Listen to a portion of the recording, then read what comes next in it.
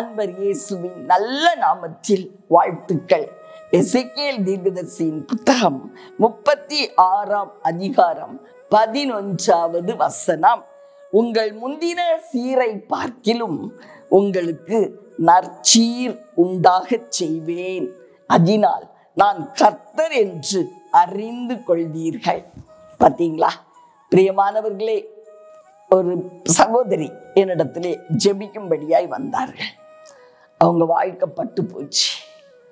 மறுபடியும் துளிர் விடுங்கிற நம்பிக்கை துளி அளவும் இல்லை.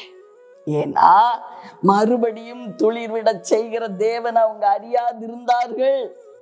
பிரியமானவர்களே, ஒரு மனிதனை பட்டு போன நிலைமையிலிருந்து மறுபடியும் தூக்கி எடுக்க அவரால் மட்டும்தான் முடியும்.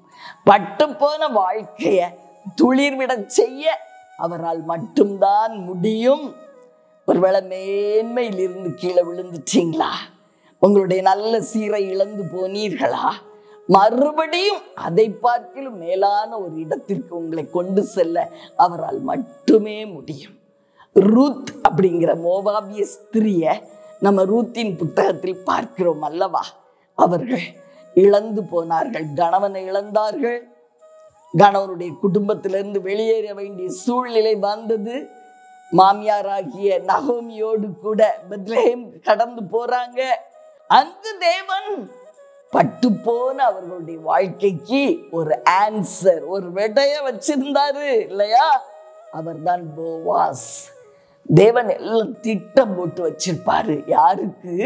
தன்னை நம்புகிற பிள்ளைகளுக்கு. அவரை நம்புற பிள்ளைங்களுக்கு முதலே அவர் திட்டம்.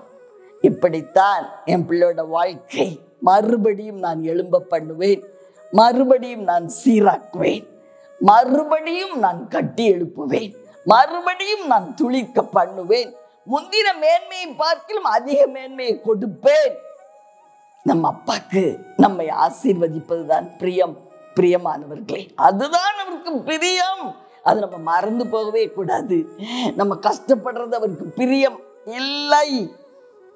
ஆனாலும் சில பாடங்களை கற்றுக் கொடுக்கிறதுக்காக சில கடினமான பாதைகள்ல நடத்தி செல்லுவார்.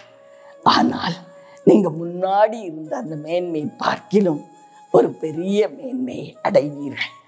ரூத் என்ற சகோதரி, அவங்க வாழ்க்கையில எதிர்பாராத மேன்மையை தேவன் கொடுத்தார் அல்லவா? இஸ்ரவேலின் தேவனுடைய செட்டைகளின் கீழ் அவர்கள் அடைக்கலமாய் வந்தார்கள். அவராலே அவங்களுக்கு எவ்வளோ பெரிய நன்மை உண்டாயிற்று. ஆதலால் நம்முடைய தேவன் உண்மை உள்ளவர், தன்னை நம்புகிற ஜனங்களை மேன்மைப்படுத்துகிறவர். பிரியமானவர்களே, உங்களுக்காக ஜெபிக்கட்டுமா? அன்பின் பரலோக தகப்பனே, அருமையான எங்கள் நல்ல ரட்சகர், ஆவியான அன்பு தெய்வமே, எங்க மத்தியில ஒரு உடைய மகிமையான பிரசன்னம் கடந்து வரட்டும் அப்பா. மகிமை நிறைந்தவரே, மாட்சிமை நிறைந்தவரே, ஒப்பற்றவரே, உயிரான இயேசுவே அப்பா, முந்தின சீரை பார்க்கலாம் எங்களுக்கு நற்சீர் உண்டாக செய்வேன் என்று இந்த மாதம் கூட நீர் வாக்கு கொடுத்திருக்கிறீரப்பா. இழந்து போன மேன்மையை பார்க்கிலும் யோபின் வாழ்க்கையிலே இரட்டிப்பான ஆசீர்வாதத்தை உண்டு பண்ணினீர் ஐயா.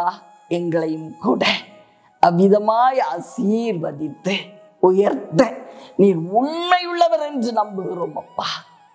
உம்முடைய திருக்கரத்தில் எங்களை தாழ்த்தி கொடுக்கிறோம், இயேசுவின் நாமத்தில் பிதாவே.